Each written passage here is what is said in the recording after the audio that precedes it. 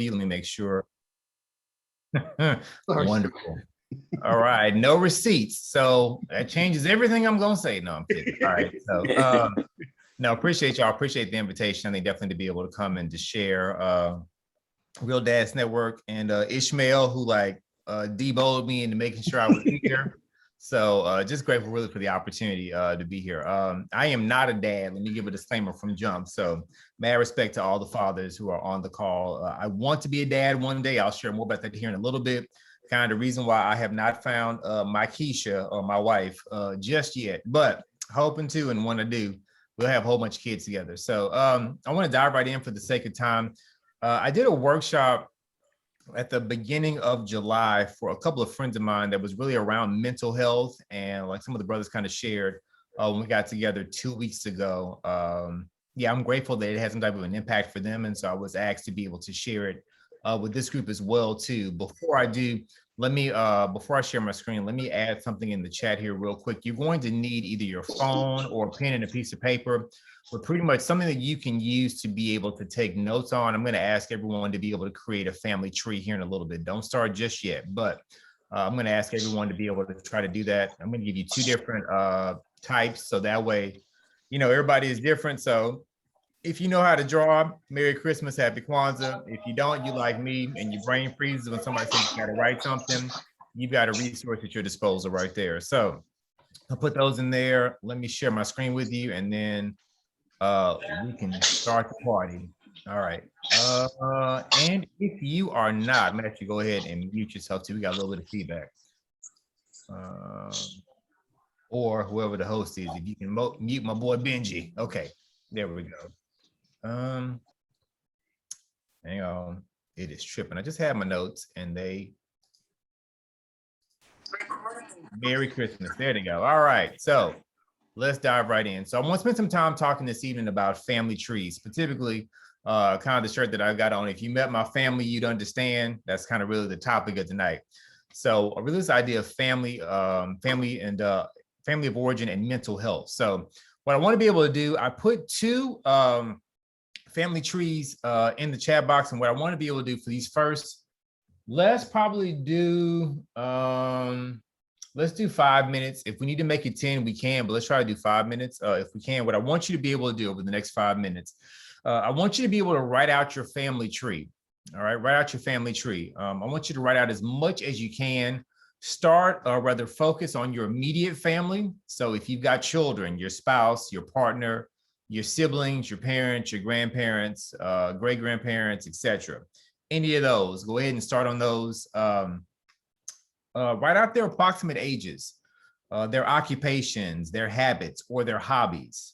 And then also, too, when you think of them, what's one of the first one or two thoughts that come to mind? I want you to write out a family tree. Let's go ahead and make it 10 because I gave y'all names and a bunch of instructions. So let's make it 10 minutes. Write out a family tree. I want you to focus on your immediate family, children, parents, spouse, siblings, grandparents, etc. Write out the approximate ages of those folks on their family tree. If you know their occupations, what they did for a living, the grown folks, their habits or their hobbies. And then when you think of them, what's the first one or two thoughts that emerge? All right. So I'm going to give you 10 minutes for that, and then we'll come back together. I'm going to leave this up on the screen so that way you can see it. And then I'll holler at you in 10.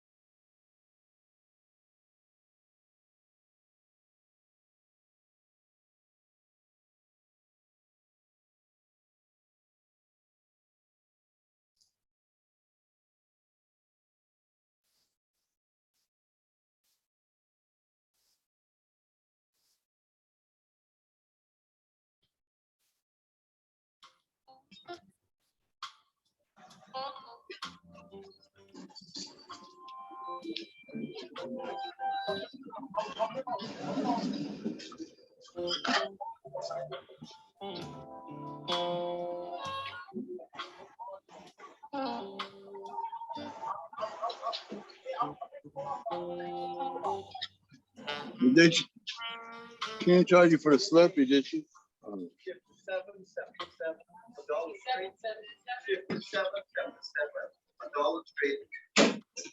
$1 straight? Yeah. $7.77 straight.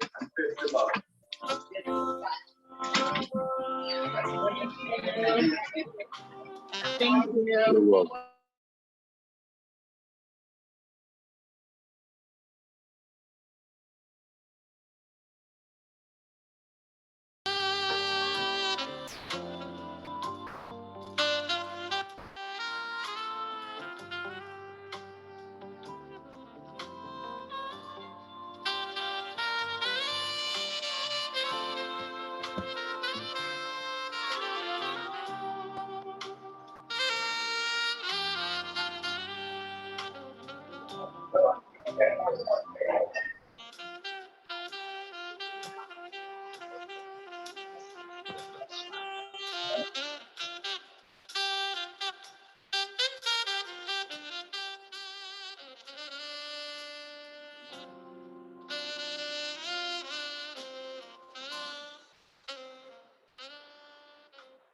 Keep working on your family trees. Keep working on those. Just want to be able to make sure I circle back and say it too. As you're writing these, for some of us, if you've got a healthy family, then memory lane is fun. If you were like me, which I will share here in a little bit, and you come from a dysfunctional family or you've got gaps, it can be triggering or it's difficult. There can be some painful memories, some abuse, or some dark events. That's okay. I'm not trying to minimize that at all, but just to make sure that we stay focused on the goal that we've got in front of us. And that is, I just want you to get the information down on paper. So we're not critiquing it. Hopefully it won't like spiral us in kind of a negative mindset, but the goal right now is just get that information down on paper. So do your best to kind of do your family tree here. We've got about 5 more minutes, and then I'll check in with this and we'll come back together. And I'll turn the jazz music back up.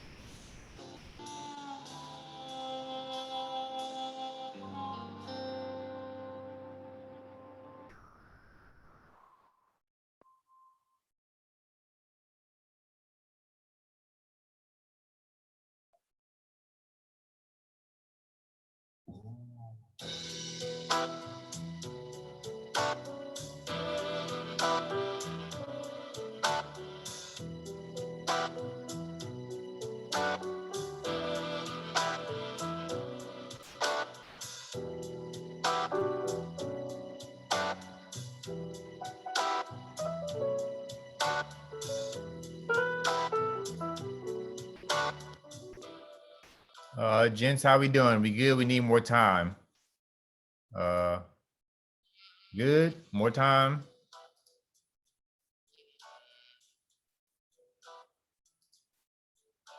Nobody's saying nothing. I don't know. We're good. I'm good. We can continue. Good. All right. Merry Christmas. I've only heard from one person, so he gonna win. All right. We're good. We're good. So, All right. The bros is quiet. All We're right. good. We're good. Cool. Appreciate it. So, I will introduce myself in a second, but before I do that, so anybody at all, if you want to be able to share here, let me, yeah, you want to be able to share kind of what stood out to you and a little bit of exercises you were doing your family tree. Any surprises, anything jump out, anything at all? If you want to share yours, you're more than welcome to do that too, but yeah. well, I'm sorry, how you doing? It's Clem. I'm from Brooklyn, New York. How you doing? Hey. Thank you. Something that surprised me was I was actually filling out the family tree, and I had my parents, and my own children, and I completely overlooked my siblings. And that siblings is probably the most challenging part of my life, because my father had 3 sets of siblings, children from 3 different women. So the siblings took when I reflected on that, I realized that I kind of overlooked that a lot. I mean, I have one brother who I'm pretty close to, but the rest, I know who they are, and I don't have any animosity. I don't think I have any conscious animosity towards them, but I just realized that I overlooked them when I was doing the family tree immediately. So that stood out to me. Yeah, appreciate that, man. Thanks. Yeah, my dad's from New Rochelle, New York, which is 3 miles off the Bronx, but so I feel you on the New York side. And then yeah, the family that the part that's either like triggering or dysfunctional, or just the parts of the family that we weren't raised with, that our parents just kind of have around, we have to make ourselves think about it. So yeah, that makes a lot of sense. Appreciate you sharing that. Anybody else? Family tree, either kind of what you wrote or what stood out to you. Leon, by all means, please.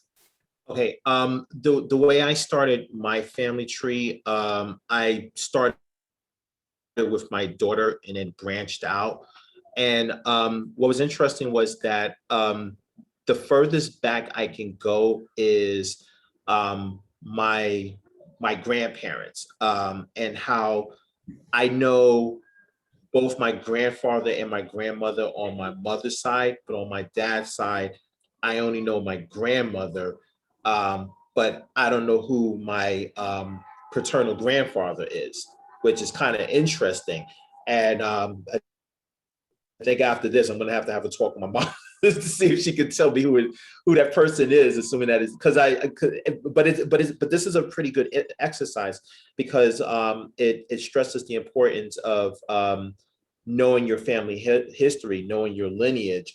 And and this just kind of shows, like, within the African American community, that we're lucky if we can kind of trace our lineage back, past our grandparents. So yeah, this is pretty eye-opening for me. Appreciate you sharing that, Leon. Thanks very much. Yeah, I'll share more about my family here in a minute too. Maybe one other person. Anybody else want to be able to share? Yeah, I'll go real quick. Yeah. So my dad's side's from Memphis, Tennessee, and he's got a huge family. They all have kids, and so that's just one thing that I noticed. I don't even know all my cousins' names now that I think about it, right? And so I'm like trying to write it out, and I'm like, man, there's a lot of people I've missed out on. So that just was blaring to me.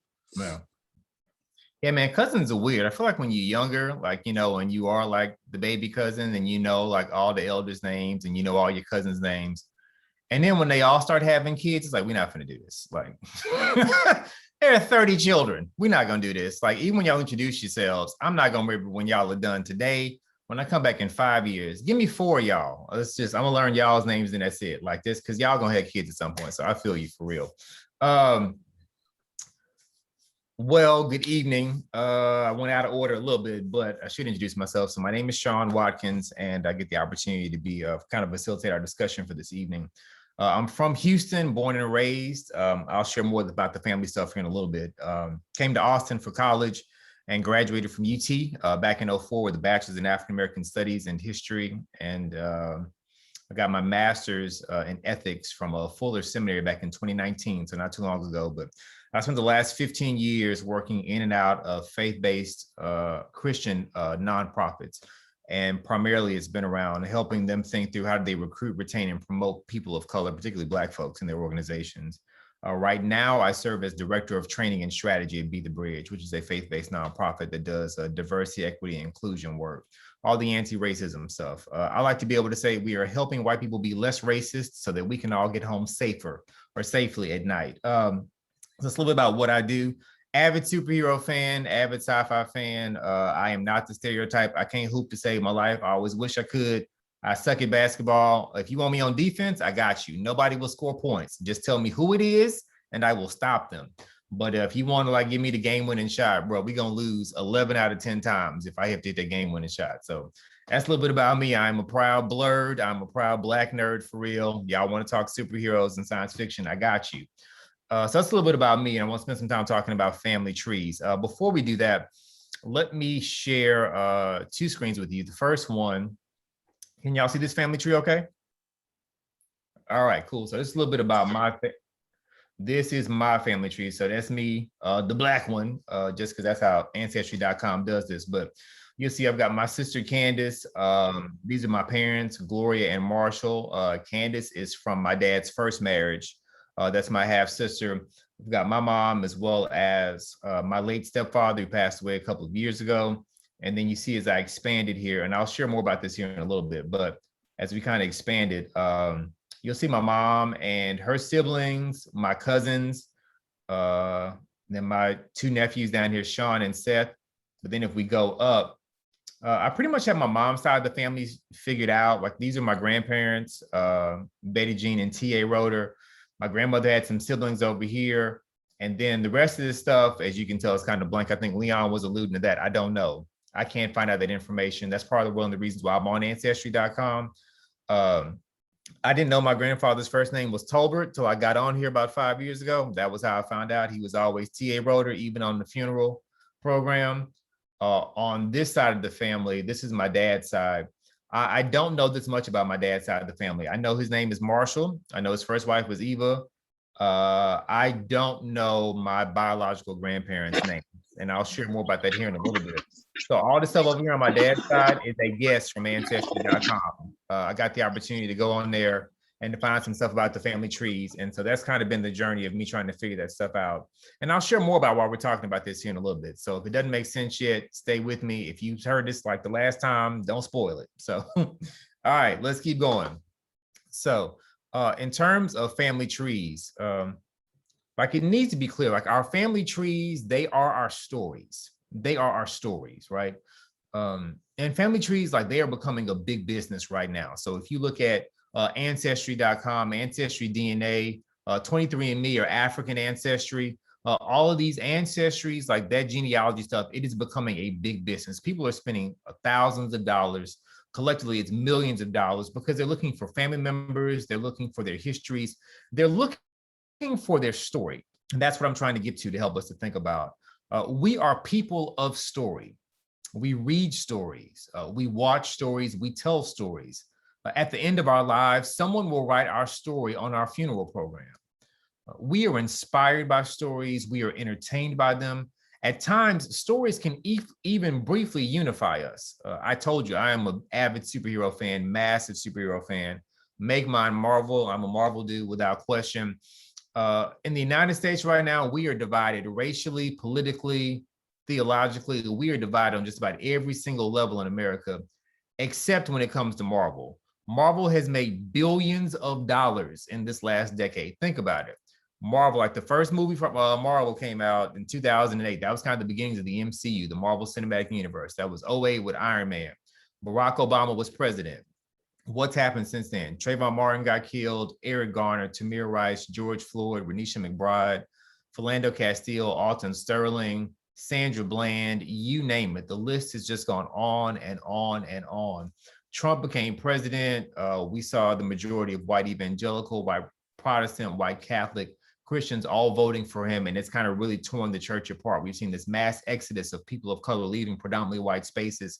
We are divided on all of these lines, but everybody, most folks are going and spending money on these Marvel movies. Most folks got a Disney Plus subscription. We know what is happening with these things. And why is that? Because Marvel can tell a good story. DC can't. That's why their movies are trash right now. But Marvel can tell a good story and it's captivating for people. It's holding their attention. And that's what I'm trying to say. Stories are powerful. They are captivating for us. And so when we think about our own mental health, we have to be mindful of our own stories. We need to know the stories that we were born into, the story of our family. What was going on before we got here, before we popped on the scene with a gangster lean or a holy lean, however lean you got. What was going on in our families before we got here? The stories that we inherited, because they shape us. They shape who we are. They shape who we tell ourselves that we are. They shape who we are and what we are, and the stories that we create and that we recreate as we live. We have got to be aware of our stories as we think about our own mental health. And it is impossible for us to work on our own mental health if you don't know your own story. Now, truth be told, I lived my story, but I didn't know my story. I did not know my story at all. More importantly, more than just I knew it, but I didn't own my story. And that's really what my journey was. In public, I shared this version of the truth. I said that my dad was a lawyer and a partner in his own law firm, and my mom was a teacher with a master's degree living in Houston. Let me stop sharing for a moment so that way y'all can see me. Yeah, I said that my mom was a teacher with a master's degree. My dad was a lawyer and a partner in his own law firm. That's what I told everybody in public. What I did not say was going on in private. And that was kind of, as I told y'all about my family tree, I never met my dad's biological parents. He was adopted. As best we can figure, and I say that because my dad has never confirmed this, other family members have, and my mom has, who is his ex-wife. What they have told me is that my grandfather apparently killed my grandmother when my father was a baby, and they pulled my father from his mother's arms, and that my dad was adopted by his aunt and uncle. That's what my mom says, but she only tells that story when she gets really mad at my dad. Other than that, most folks kind of like, yeah, but we don't talk about those things. My dad has never confirmed that, and I have no idea. He does not talk about his family upbringing at all. He's never mentioned it.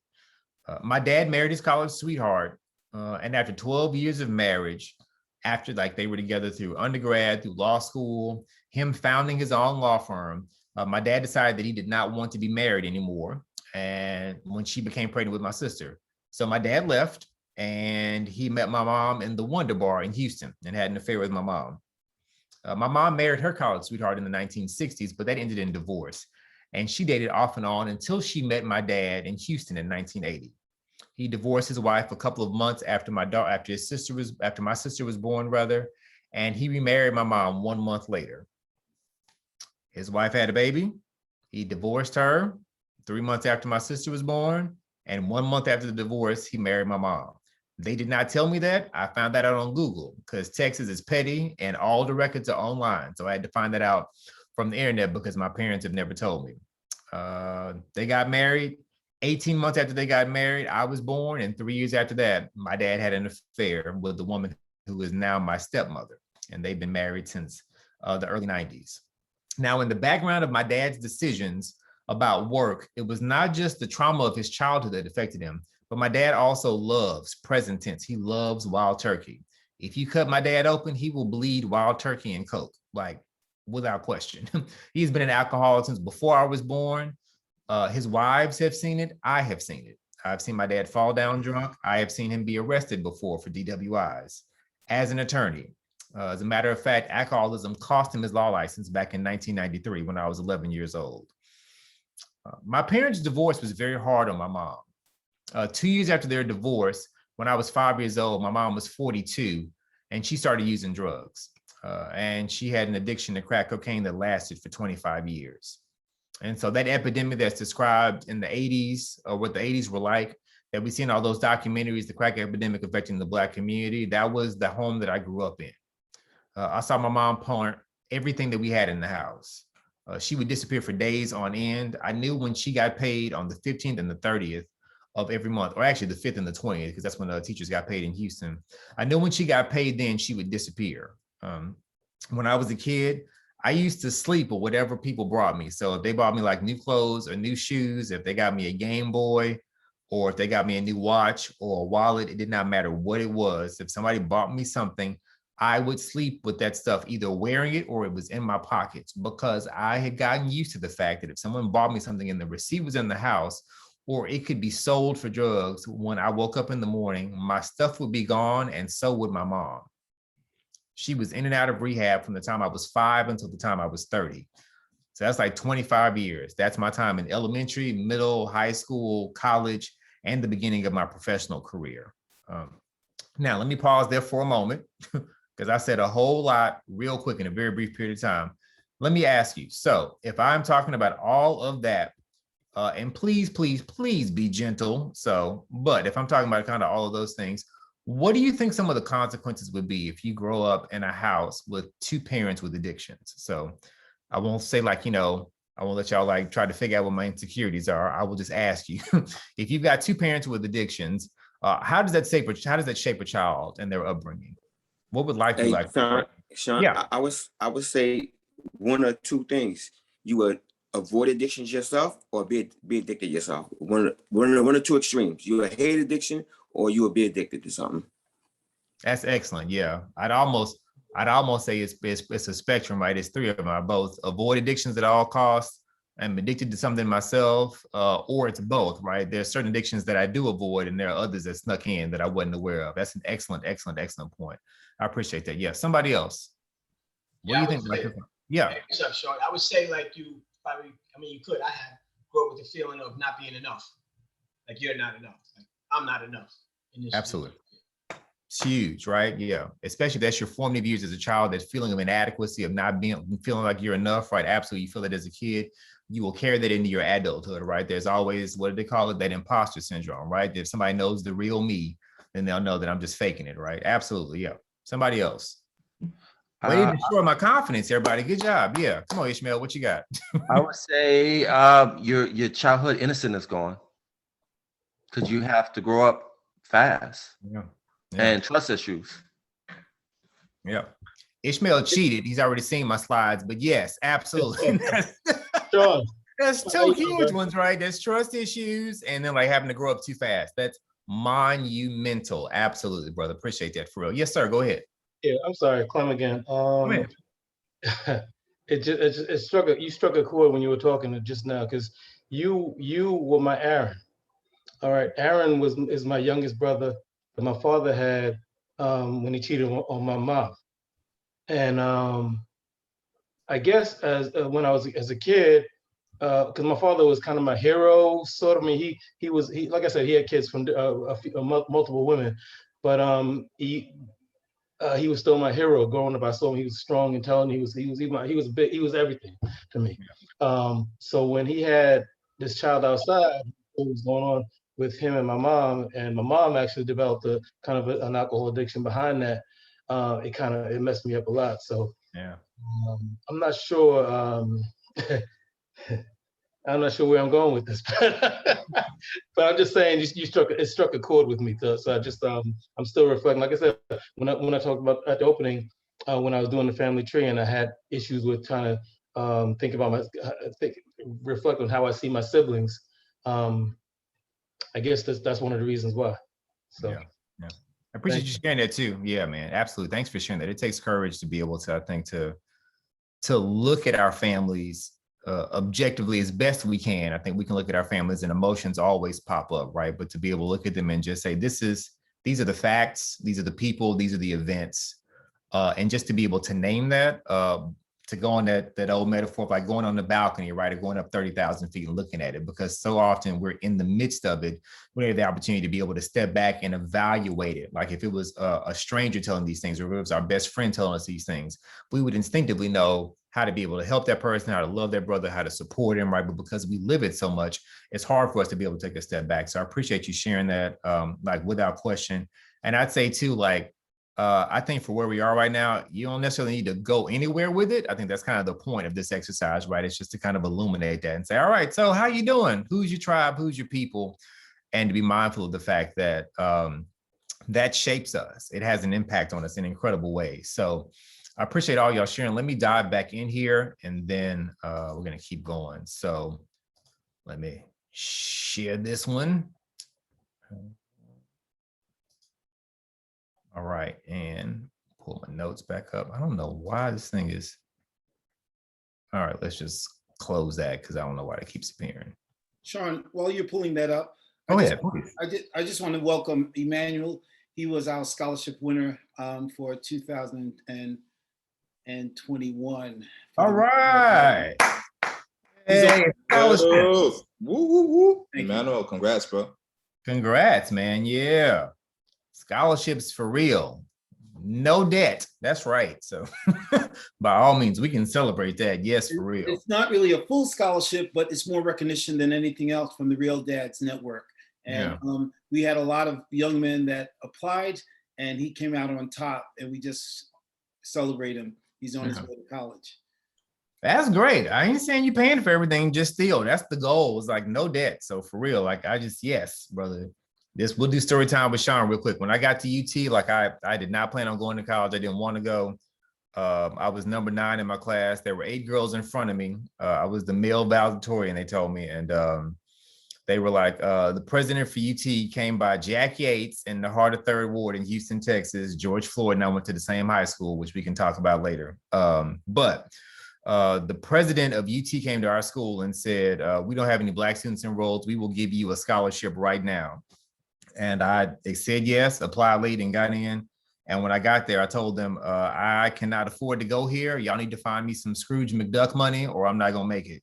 And so there are scholarships, like once you get there. So the fact that Real Dads Network is helping this brother get there, like get in the door, there's always a possibility more funds are available. So that was a tangent and not about family of origin at all, but congrats again, brother, on getting a scholarship. So meanwhile, back at the ranch. All right, so parents with addictions, right?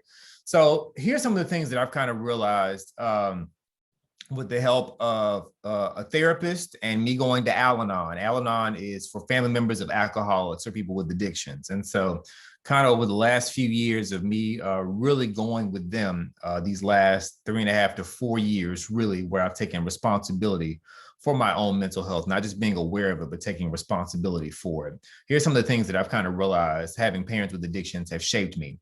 Kind of precisely what Ishmael was saying. One, I grew up way too fast.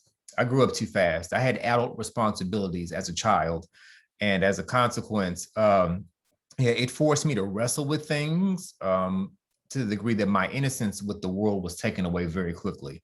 So what that means is now as someone who is 38 years old, I find myself being professionally very mature, but like when work is done, I am good. I don't want to make no decisions. I'm not trying to decide nothing. Y'all decide where we're going out to eat. Y'all decide where the vacation is. Like, I don't want that responsibility because I started having that responsibility when I was 5. And so there's a part of me that wants to be able to reclaim that time to where somebody else can decide what to do.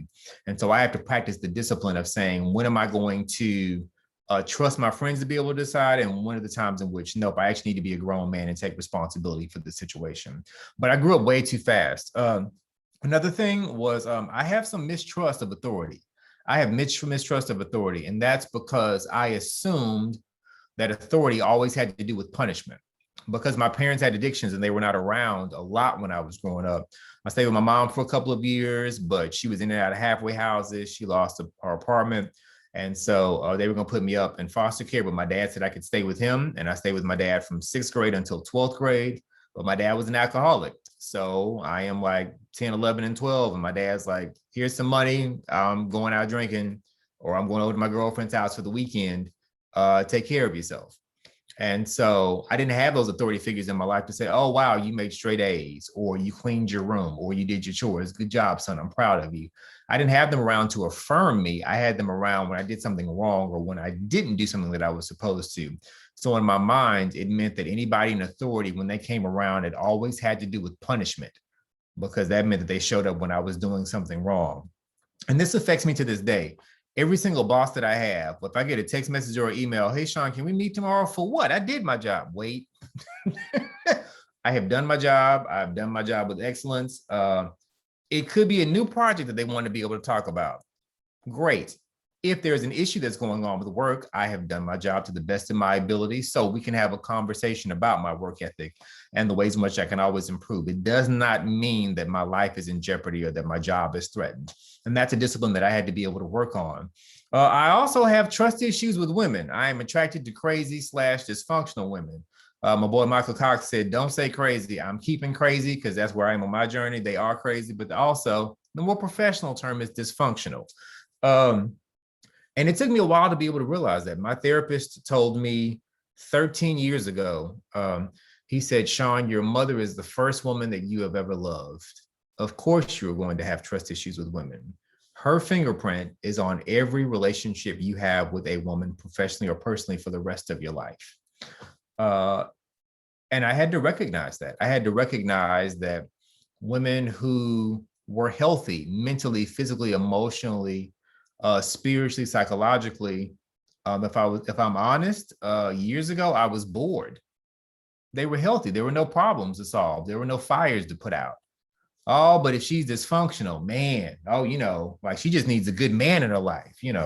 If I met her and she's got a husband and a boyfriend, it's just because, like, they both the jerks. Like, I'm a good man. Like, I can show what a good man looks like. It's like, no, that's somebody that you don't need to date. My mentor, or my sponsor rather, in Al-Anon, Andrew always tells the story of how after his divorce, he got back with his high school sweetheart, and they hadn't seen each other in 10 years. And she ended up cheating on him. It was a very wonderful, passionate relationship that he raves about, but it's actually cheated on me. We had to break up. And Andrew said he was talking to a friend of his, and he's like, "Oh, girl, your high school sweetheart that you were crazy about and got back together with, you do know she was married 4 times in 10 years, twice to the same dude." And both for Andrew and myself, I had to recognize, not blaming or judging those women at all, but that there was something inside of me that was attracted to dysfunction. It's that old proverb that says, those of us that are born in the storm find the calm boring. And I had to recognize that about myself, that people who were healthy and independent and could add value to my life and challenge me in incredible and helpful ways, no, that's boring. But if there's chaos going on, if somebody's cussing somebody out, they throwing stuff, they fighting, there's gunshots in the background, oh, that's the hood, baby. I'm used to that. I can survive in that environment. And so it took time for me to be able to recognize, what does it mean to recognize healthy situations, to attract healthy people, to be attracted to healthy situations, but also to have boundaries up to make sure that I'm not inviting dysfunction into my own life. It also meant for me too that I was codependent. And I didn't know what codependency was. Codependency is just a nice way of being able to say, you prioritize everybody else's problems at the expense of your own. And that was really what I didn't know. I found that out when I walked in Al-Anon. It meant that I can have conversations with people as someone who at times I've been a pastor, I've been a mentor. Again, I direct training and strategy at Be the Bridge. So I'm having conversations with people all the time about their own discipleship and development in terms of understanding race and ethnicity and culture. So I can listen to people all the time, and I can instinctively hear when someone has flaring insecurities. And so I can look at them and tell, oh yeah, you've got some self-esteem issues in the following ways that you've got to be able to work on. But did I take care of myself? Did I eat breakfast that morning? Nope. That means my blood sugar is probably going to tank by about 12 o'clock. And the next person to talk to me, I'm going to have an attitude. It meant that some people that I would sit down across from, I was like, hey, you know what? You can develop some better work habits in these areas. But I didn't make my own bed. Dishes were sitting in the sink for a week and a half, for 2 weeks. My house was disheveled. And so I was talking to them about their own personal habits, but my habits were a mess. I could tell some of my students when I was a college pastor for 12 years at UT, I was like, hey, you know what? Like, your friends are a bad influence on you. You've got these goals that you want to accomplish, but your friends, like, they're helping you do the exact opposite of what you say you want. I can tell them that their friends are bad influences on them, but I was oversleeping every morning. I had no structure to my life. That's what I mean about being codependent. I could see everybody else's problems, but I was blind to my own. Another thing that happened for me too, though, in a positive way, was I realized that I have a very high value for ethics. And I had no idea that I was an ethicist, that I'm an ethical person. I think about character, virtue, morals, and laws all the time, but not just those. I also think about power. Who has power in the room to define what character is? Who has the power to make the decisions?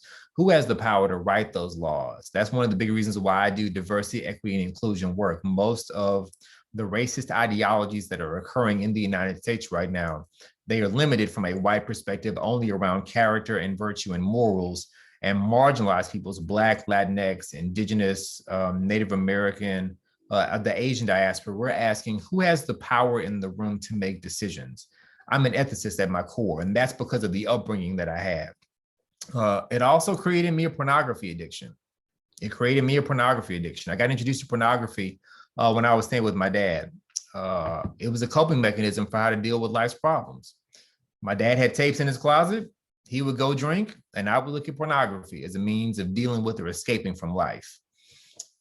It was another measure of control. I got to control what women said, what women did, how they acted, and when they stopped. My life, for much of my upbringing, had been out of control, but with pornography, I was in complete control, or so I thought. And that's kind of what that brother was saying too. Like, in terms of like being an alcoholic, I avoided alcohol at all costs. Like if I had a drink, I would have one because I thought that gene of being addicted to alcohol was in me. I wasn't even mindful of the fact that I was addicted to pornography, and that had finally, luckily, gratefully came to an end a number of years ago. But again, it's precisely what my brother was saying, right? There were addictions that I was running from, and there was one or two that were raging in my life that I wasn't aware of. It also stunted my emotional development. I didn't have the time and the space to process my feelings on anything. And so the people that were supposed to protect me were in fact doing damage. And so I had to bracket my morning and keep moving. I didn't know how to process things. This happened like, probably I'm 38, so probably when I hit 30 was when I realized like I need to be able to work on these things, because I would get mad and I wouldn't know that I was upset about something. I mean, it would be 6 months later and we would be in a staff meeting, or I would be with some friends and I would tell this long story and everybody would be like, are you still upset at that decision that happened? I was like, I think I am, because you said nothing. In 6 months, I was like, yeah, I didn't realize I was mad. It took 6 months for my emotions to catch up with what was happening. I'm fortunate now that I think when things happen that trigger me, I can probably recognize it in real time. Things that are really, really, really upsetting, it takes anywhere from 2 days to a week before I'm like, I think I'm pissed. And the way in which I recognize it is if I keep playing the tape over and over and over again in my head, I'm like, yep, I got something that I need to be able to process. I need to have a conversation with this person. But it stunted my emotional development without question. In work, one of the positive things, as strange as it sounds, it means I love a good crisis at work. I love a good crisis at work. I think a crisis demonstrates what we are actually made of. Dr. King said the ultimate measure of a man is not where he stands in moments of comfort and convenience, but challenge and controversy. I love that, and I believe it completely. So when you've got all these crises that are happening, the computers crash, or because I work in DEI stuff, if there's an unarmed shooting of a Black person, if a president says something stupid, folks that don't grow up in traumatic environments, they freeze. They don't know what to do because it's chaotic. I grew up in chaos. I got a plan in place. I'm on the phone. I got a blog ready. I've done a podcast. I've got interviews ready. Like, let's do this thing. So I'm able to shine in a crisis, but it also means too, I had to force myself to learn how to be disciplined in the day-to-day events of work. I didn't recognize that, like, unless there was a crisis going on, something to feed my adrenaline, it was hard for me to get motivated. And sometimes it still is. It also finally developed in me a passion for people as well too. It developed in me a passion and a compassion for people that, again, if you've got parents or family members with addictions, if you don't have it, then you don't know what it's like to go through that. But if you have family members or parents that do have addictions, you instinctively know precisely what someone else is talking about. You can hear it in their voice, you know their pain, you know it immediately. And it produced a level of compassion and empathy from me, in me, that I'll probably be with me for the rest of my life. I have a heart for children of addicts because I know what it's like for them to be able to go through in that. Last thing that I would say too, probably about all those things as well too, is that it created me something that I call bicultural.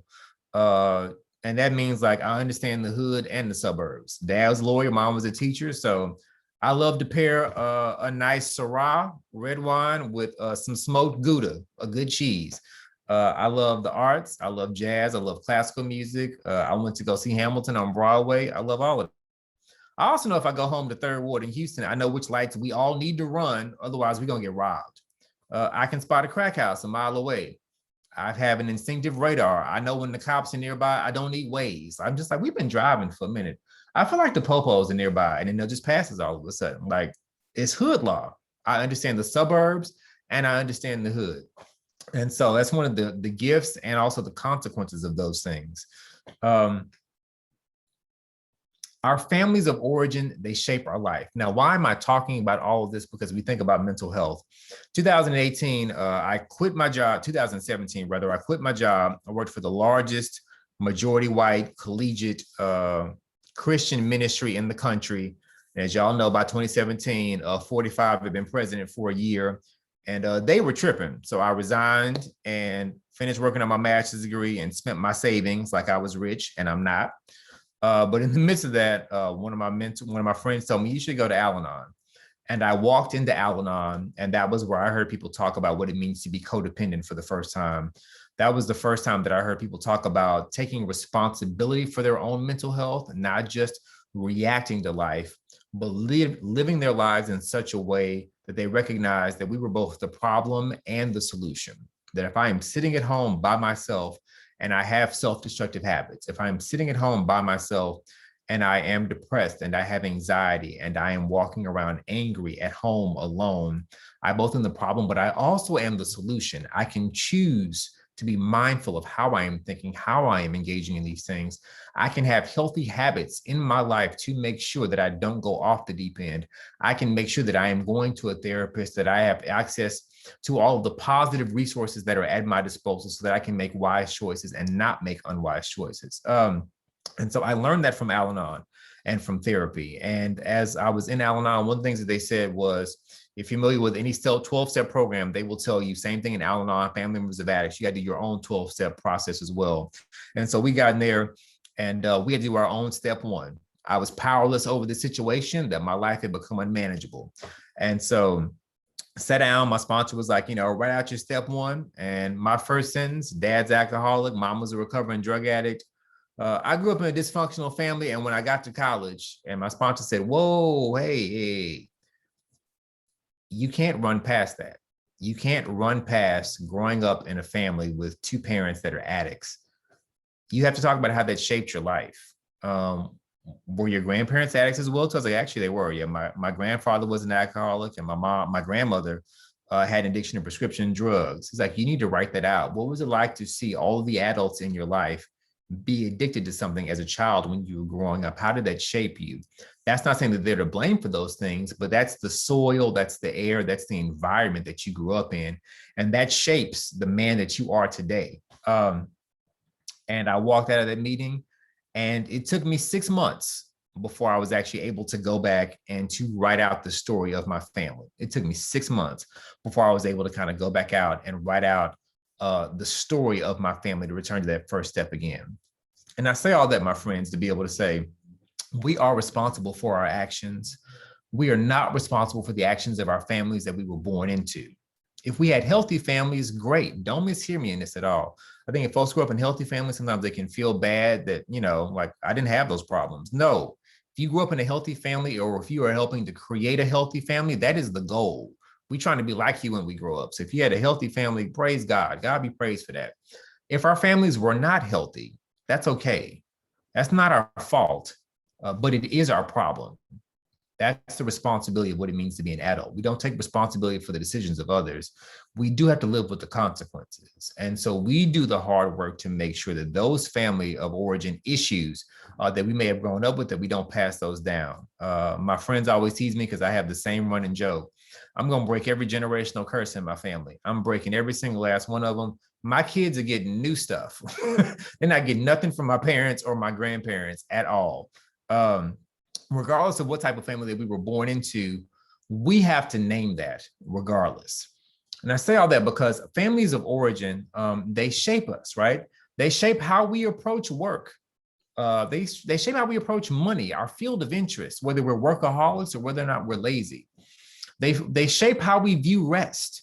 If we know how to stop at the end of 6 days and actually take a day to rest, to reset the house, to spend time with your boo, to spend time with your kids, or if we are constantly on the grind, 8 days a week, 26 hours a day. I said it wrong on purpose. If we are always on our grind, if we saw that in our homes or in our families, that's going to shape us.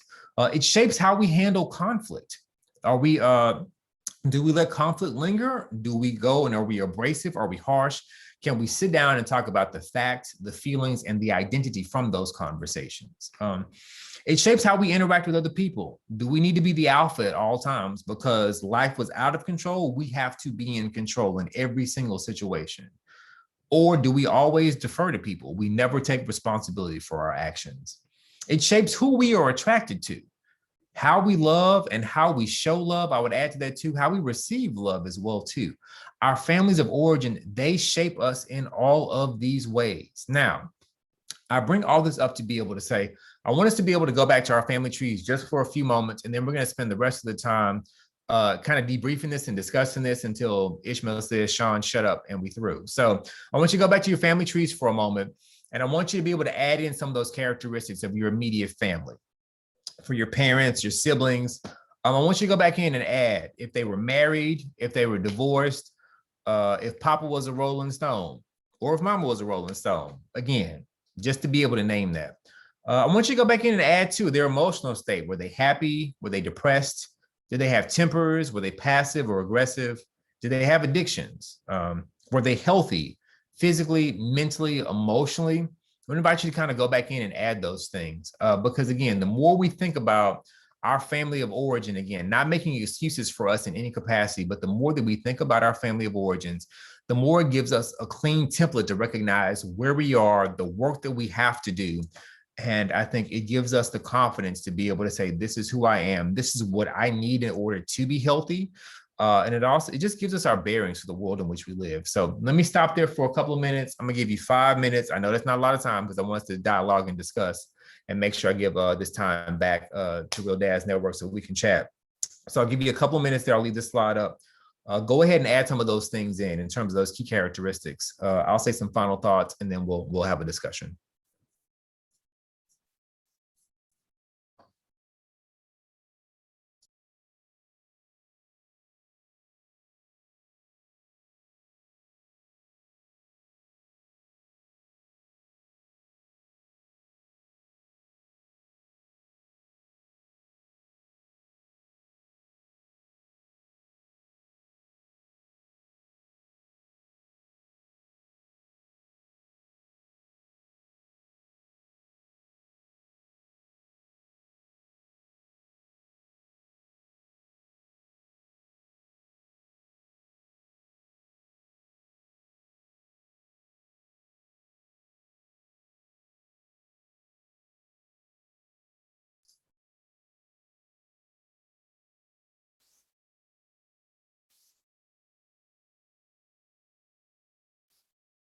Love and happiness. Yeah. Something that can make you do wrong, make you do right. Yeah. Love.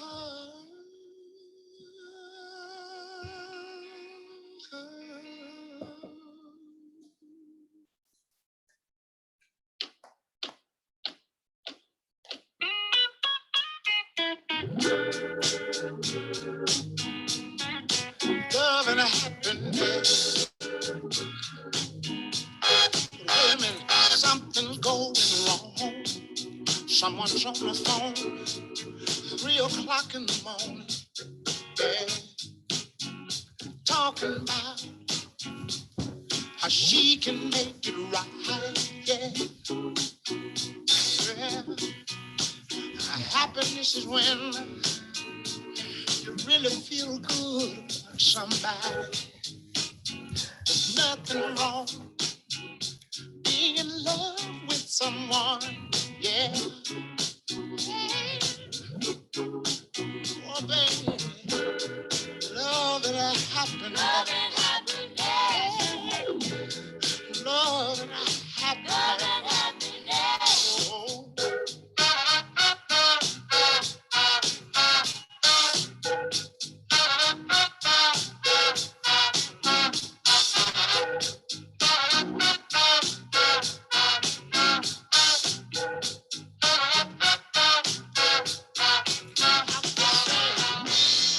Love and happiness.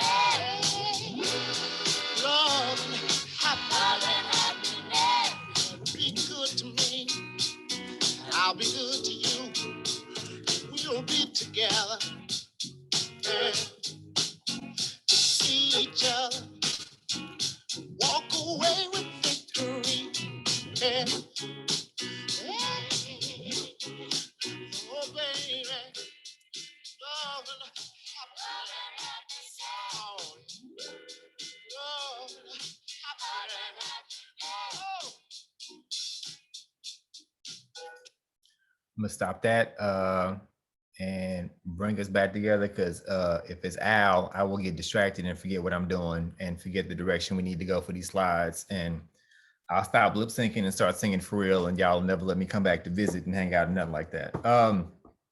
Let me say a concluding thought right quick here, and then I'm going to open it up for discussion, and then I'm done. I'll give it back to Ishmael and the brothers kind of directing and leading this thing.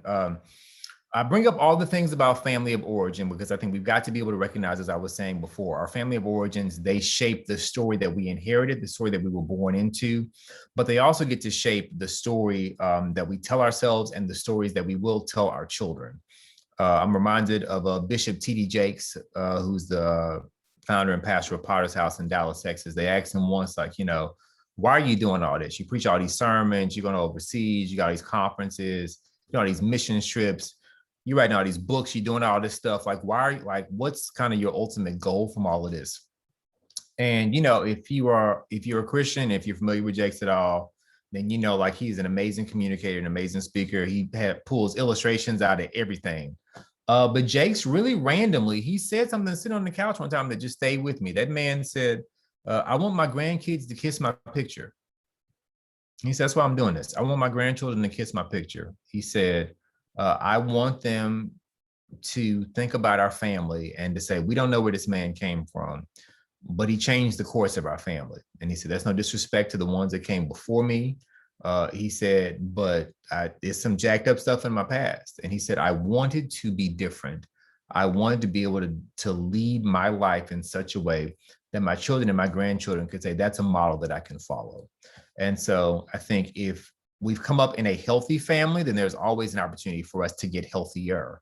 I think if we did not come up in a healthy family, if we grew up in a dysfunctional family, much like mine was, I'll bring up the family of origin because I think all of us can attempt to be healthy, but the most courageous thing that we can do is to learn our own origin story.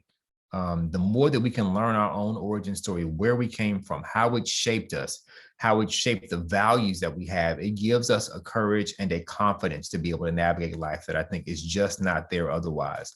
Because I've had the opportunity to study my own story, it gives me a courage and a confidence when I go through life. As beautiful as a woman may be, I'm asking some very difficult questions before we engage in a dating relationship. And if she is not healthy, then that's someone that I don't enter into a relationship with.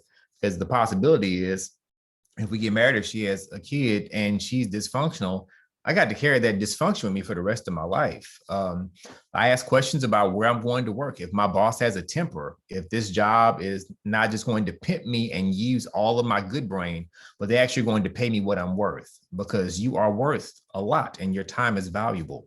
And so all of those things, I say that to be able to say your origin story, the more you name it, the more you own it, I promise it can shape and change your life. And it is an integral part for mental health, especially for those of us as brothers. We don't talk about mental health at all in the Black community.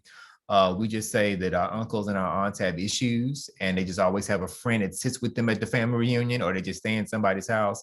But we need to talk openly and candidly about what it means for us to practice and engage in mental health, because the way in which the country is right now, we cannot afford to not talk about mental health. And so I hope this is illuminating and helpful for you. And with that, I'll pass it back. Love to be able to just kind of have a conversation with any time that we've got left, if we've got time for that.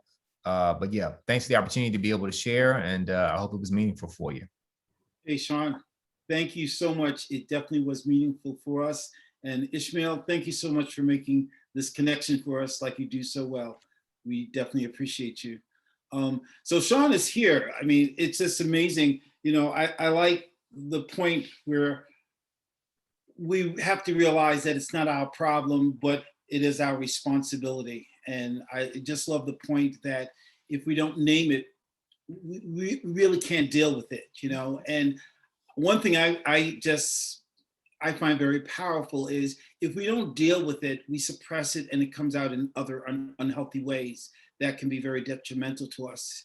And so it's so important that, as Sean has showed us, that we really identify it and start to work through and naming it and dealing with it, rather than suppressing it and it affecting us in ways that we don't want it to affect us. So anyone else have any feedback or takeaways that they would like to share, or questions for Sean? I guess I'll share. When you had asked, which is really strange, when you said to do the family tree, I didn't list my father. And I didn't list him. And it's written when someone mentioned something, then I was like, oh, I didn't put in my father. And it's like when I look at just reflecting on my past, my dad was never there. So he really wasn't there. So in terms of just shaping my life, and when I started thinking about just my past and my history, he's not really looked upon in that primary role. So it's like, oh, I forgot about him. Because when I look at those moments, he wasn't there. You know, so it was strange because this is Real Dads Network. I'm the founder of Real Dads Network. So what we promote is fathers. And when I'm going through the exercise, that's the one I left out, you know, because he wasn't there. So it's like, those are the things in terms of our lives, we are impacted by, you know, our past, you know, and the reason why, you know, for me, even starting the fatherhood work is because there wasn't that model there. So not having that model drove me down this road to say, you know, this is what I want to do. And then when you're talking about just being dysfunctional, my mother died when I was 10. So here it is. I didn't have my mother or my father. And then I was raised by my oldest sister, who was 26, and I'm the youngest of 4 brothers and 3 sisters, but I was a dysfunctional household. They were all drug addicts and alcoholics. So when Puma raised the point earlier, I don't drink, I don't smoke, because that's what I grew up with. So I sort of went the other way. But it's like everything in our lives play a role in terms of who we are. And it's like recognizing, as you say so eloquently, Sean, you know, recognizing our story and recognizing the road that we've traveled and recognizing those people that have been a part of shaping who we are and what we do today. Because a lot of times what we do is not necessarily us, but it's some experience that we've gone through that sort of shaped us to go whether left or right. So it was just good for me just to reflect. But I'm like, oh, I left out my father. And I don't even call him dad. I actually call him father. And it's just like, this is a term, oh, my father, I left him out.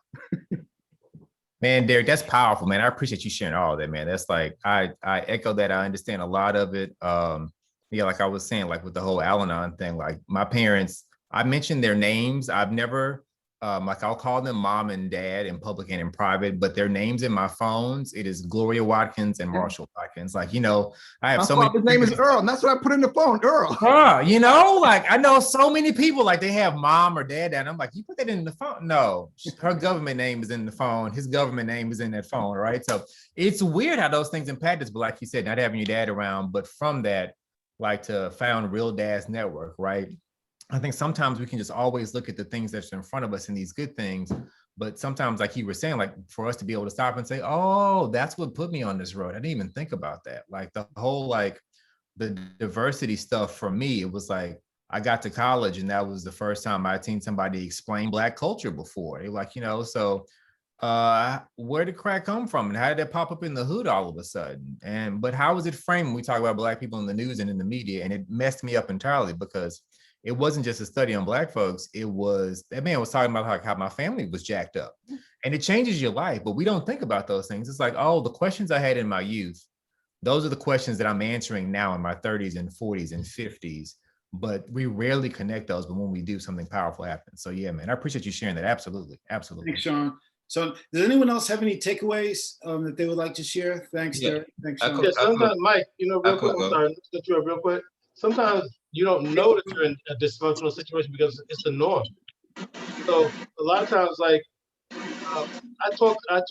when I talk about my father, I talk about him as being a functional alcoholic. Like it's almost glorified. Like, okay, he was an alcoholic, but he worked 5-6 days a week. He maintained, he paid the bills, he did what he had to do, but he was still alcoholic. So the dysfunction is the norm.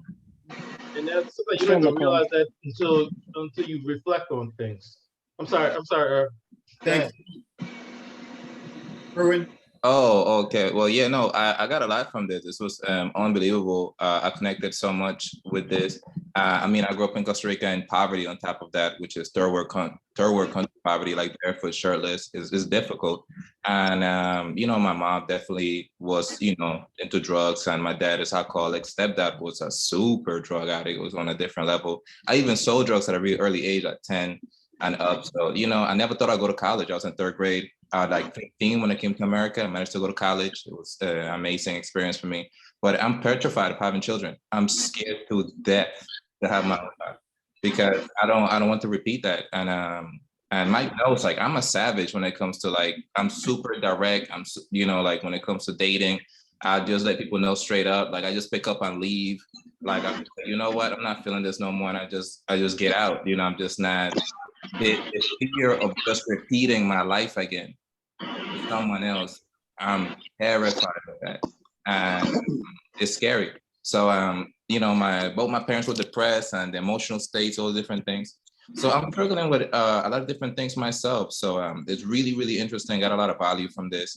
And I got to really learn about myself through this experiment. And I'm glad that I'm not alone in a way, that there's so many people that are going through this same thing, and they're older. Sometimes I feel like, man, like, I'm getting older, and I feel weird that I'm going through all these things and all these changes, and why I'm still like this, and I'm getting older. Would this ever end? And it's, I'm scared to fall in love, and at the same time, I'm afraid of losing the feelings of love at the same time. I feel like I'm in a bridge between giving my all and giving up sometimes.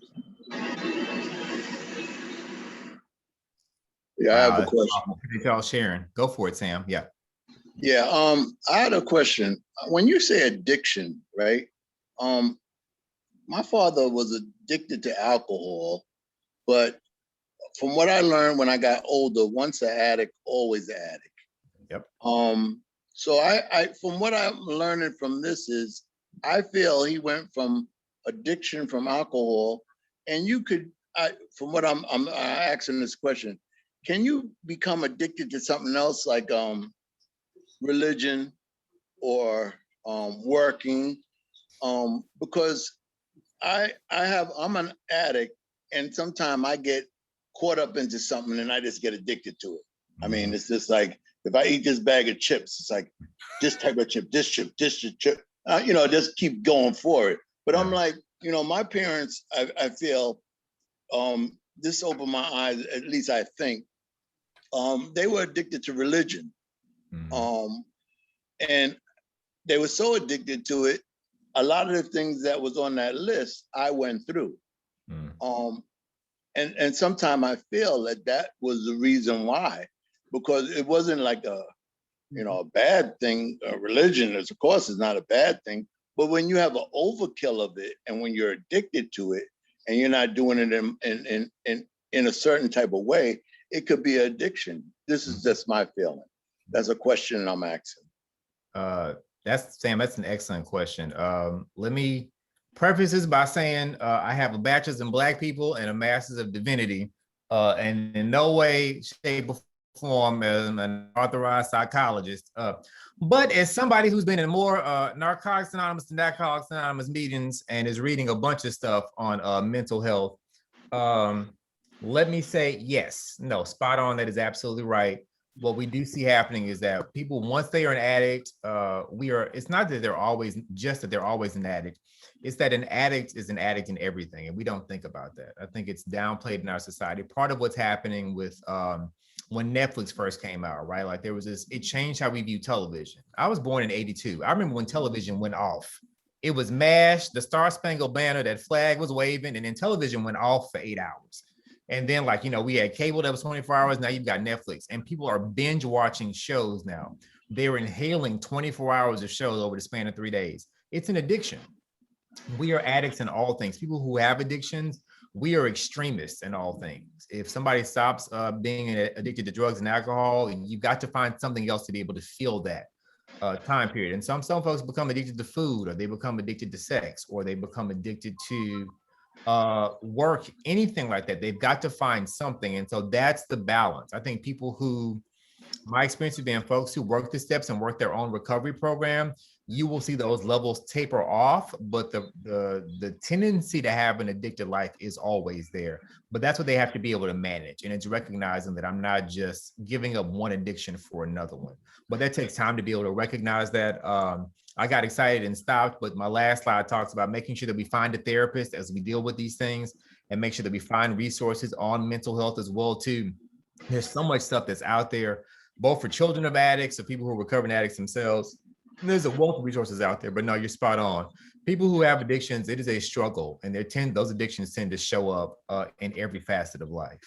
Yeah. Thank you. I just wanted to also say that I really appreciated your talk. I grew up in a household. My father had to deal with an addiction, and he was able to beat his addiction. And one of the most pivotal, I guess, formative experiences in my childhood was going with him to his NA meetings. So, it spent years going to NA meetings, and it's interesting listening to you and hearing your story about Al-Anon. It's like, I feel like I was in the wrong room. I'm listening to all these people talk about their addiction stories and hearing about like the impact that those experiences had on me, and how I'm continuing, like a lot of the things that you mentioned, I feel like, are echoed in my own life, and how I had to like manage or compensate for, the struggles that my parents were going through. I'm just now starting to realize how those things are impacting me. It's so funny. I'm actually a facilitator for Be the Bridge in my church, and I've done it 3 times now. So it's such a blessing. I mean, our group was one of the first, and yeah, no, it's it's unbelievable how much I can. I can like Sunday school and vacation Bible school with the age group, and she didn't even do that well, to be honest. Like, you have to mute someone, Derek. Yeah, it's Keenan. Oh, sorry. I'm sorry. Yeah, so I was just saying that it's amazing, like how much I can. What you said resonated with me. I mean, I remember we were just kicking off Be the Bridge, another session, the day after Trump was elected, and during the session we're doing the kickoff, and we're praying, and I'm sitting outside my house, and I get a knock on my window, and somebody's carjacking me. Somebody had a gun on me. So I tell the brothers I told the folks on this call about this later in that week, and everyone is like, "Why are you so chill about this?" I'm like, "I don't know." I don't know. It was fine. I mean, it was like he had a gun. I got out and I gave him the car. It's okay. I mean, I got my car back. It's all good. But it's like, wow, that's so true. Like, I am so cool in a crisis. I am ice cold. I mean, 100% ice cold. Like, I love crises because everybody goes to crap. They freeze. I'm like, what's wrong with y'all? Let's do this. Like, we ready. We here. Let's go. So it's like so funny. And like my call, I go inside, I tell the folks, I'm like, hey, I'm sorry, I had to get off the call because I got carjacked. They're like, what? I'm like, yeah, you see that other square where my picture is? Like, yeah, that's the carjacker right there. They're like, why are you so chill? I don't know. So yeah, no, I really appreciate you.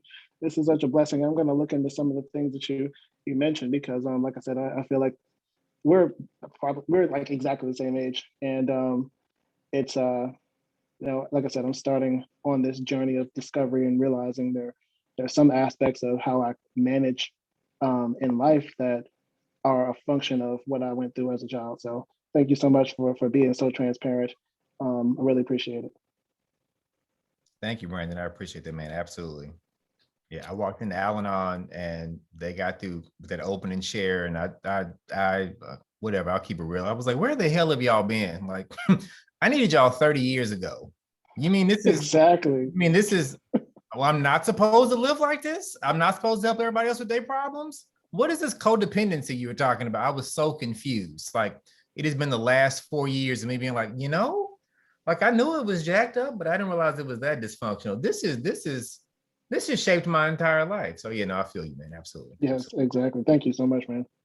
So Sean, we're running out of time, but this has been so informative and we really appreciate you. And like Brandon said, your transparency and sharing your story with us has motivated us to look at our story and the stories that we have heard and we're living by, that we might take that we can take responsibility and we can make changes. We don't have to be fearful of looking at our family tree and realizing what do we have to do to make a difference for a better tomorrow for ourselves and for the next generation. Derek, do you have any closing? Now, next week, if you want to come back, brothers, we can chop this up some more. We could talk about it some more.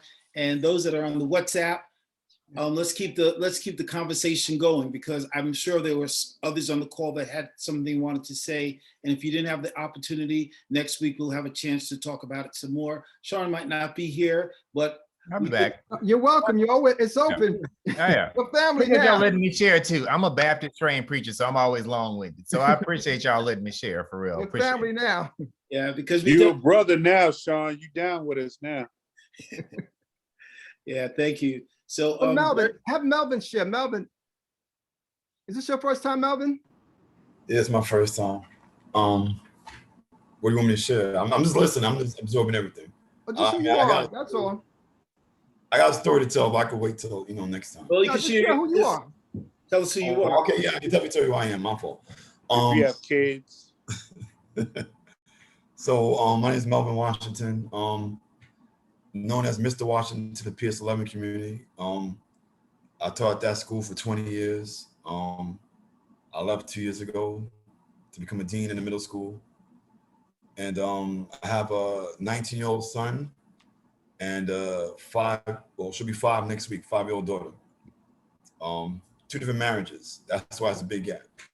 Yeah, so on my second marriage, a happier marriage, a more long-lasting marriage. So,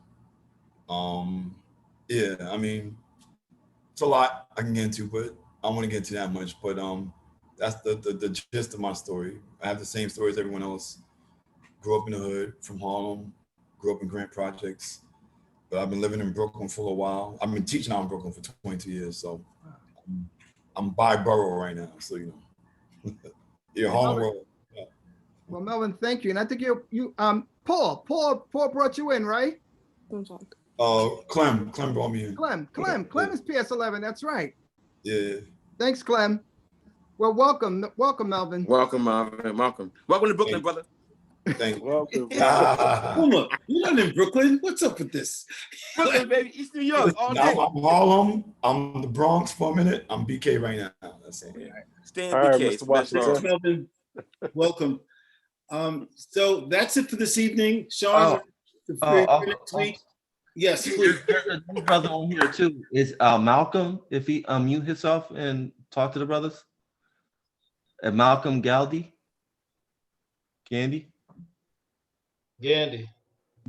how you doing, brother? Welcome to the group, man. The mic is yours. Okay, fellas, thank you. I do appreciate you Black men of excellence being on the line.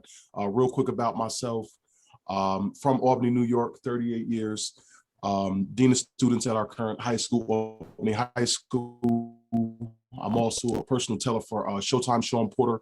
I've suited a lot of boxers, different professionals, NFL, NBA. I'm welcome to the group. Love everything that I'm hearing, and I can't wait to come back next week. Welcome, my brother. Welcome. Welcome. Thank you, man. Thank you. So that's it for this evening, Sean. Once again, thank you so much. We appreciate you, Sean. Thank you, Sean. Thank you, Sean. Thank you, man. Hopefully we can see you again. Have a good night, brothers. Brothers, be safe. All right. Good night. Good night, bros. Thank you. All right, good night. Good night. She was Good night, guys. Thank you. I appreciate it.